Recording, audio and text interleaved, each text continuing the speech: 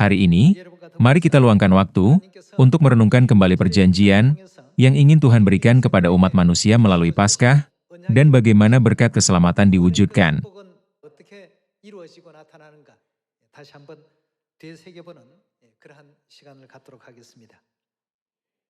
Seperti yang Anda ketahui, hampir semua kerja besar keselamatan Tuhan tidak dapat diselesaikan tanpa Paskah.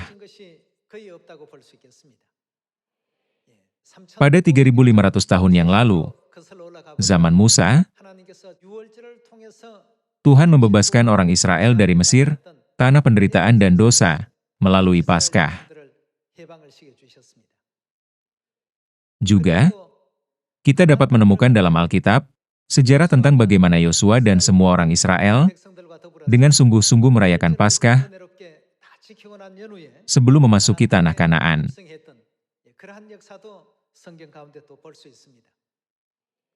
Raja-raja yang menghormati Tuhan, seperti Raja Hizkia dan Raja Yosia, mengalami kebangkitan besar dan kemakmuran setiap kali mereka merayakan Paskah. Selain itu, melalui ini, Tuhan membuka jalan yang mulia bagi semua orang untuk mendapatkan berkat Tuhan dalam hal iman.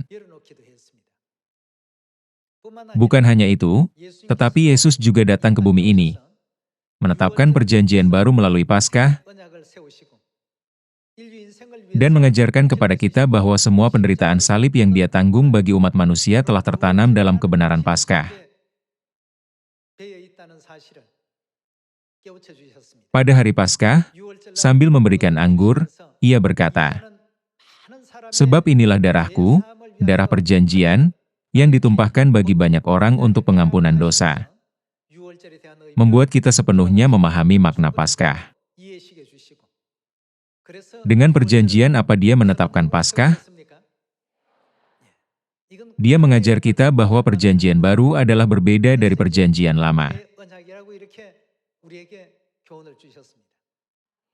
Oleh karena itu, ajaran bahwa kamu tidak dapat mewarisi warisan kekal sorga kecuali melalui perjanjian baru, dalam surat-surat perjanjian baru mengingatkan kita akan pentingnya Paskah. Sayangnya, meskipun ada banyak gereja di bumi saat ini, mereka tidak mematuhi Hari Raya Paskah, sebuah perintah dari Tuhan yang dicatat dalam Alkitab. Mereka tidak merayakan Paskah, juga merupakan nubuat Tuhan.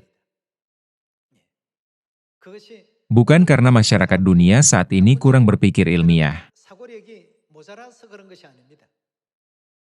Nubuat Tuhan menjalankan semua sejarah.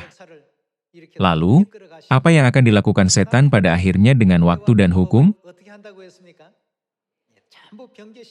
Karena dia akan mengubahnya dan umat manusia saat ini mengikuti praktik yang diubah ini, sangat penting untuk segera membangunkan semua orang dengan mendesak mereka.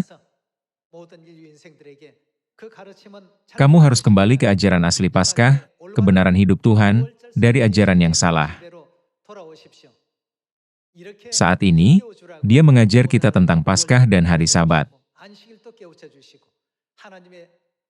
Bukankah Tuhan telah membuat kita sadar akan semua peraturan, ketetapan dan hukumnya yang telah dihancurkan dan dilanggar? Dengan demikian, kebenaran hidup dalam Paskah yang kita rayakan semuanya telah digenapi dalam kerangka Alkitab dan ajaran Tuhan. Alkitab bahkan menubuatkan bahwa meskipun itu adalah ajaran Tuhan, dunia akan meremehkan dan mengabaikannya. Akibatnya, Tuhan telah memberi umat manusia yang berdosa di sorga dan dilemparkan ke bumi, rentang hidup 70 hingga 80 tahun, memberi mereka kesempatan untuk bertobat dengan benar dan mencari Tuhan dalam waktu itu.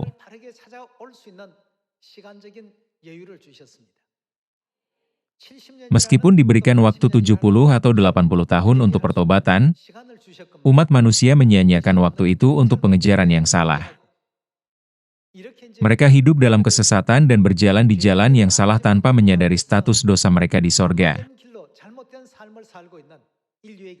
Tuhan ingin kita membunyikan trompet rohani yang agung kepada umat manusia dan mendesak mereka, kembalilah kepada Tuhan dan bertobatlah. 우리 하나님의 뜻입니다.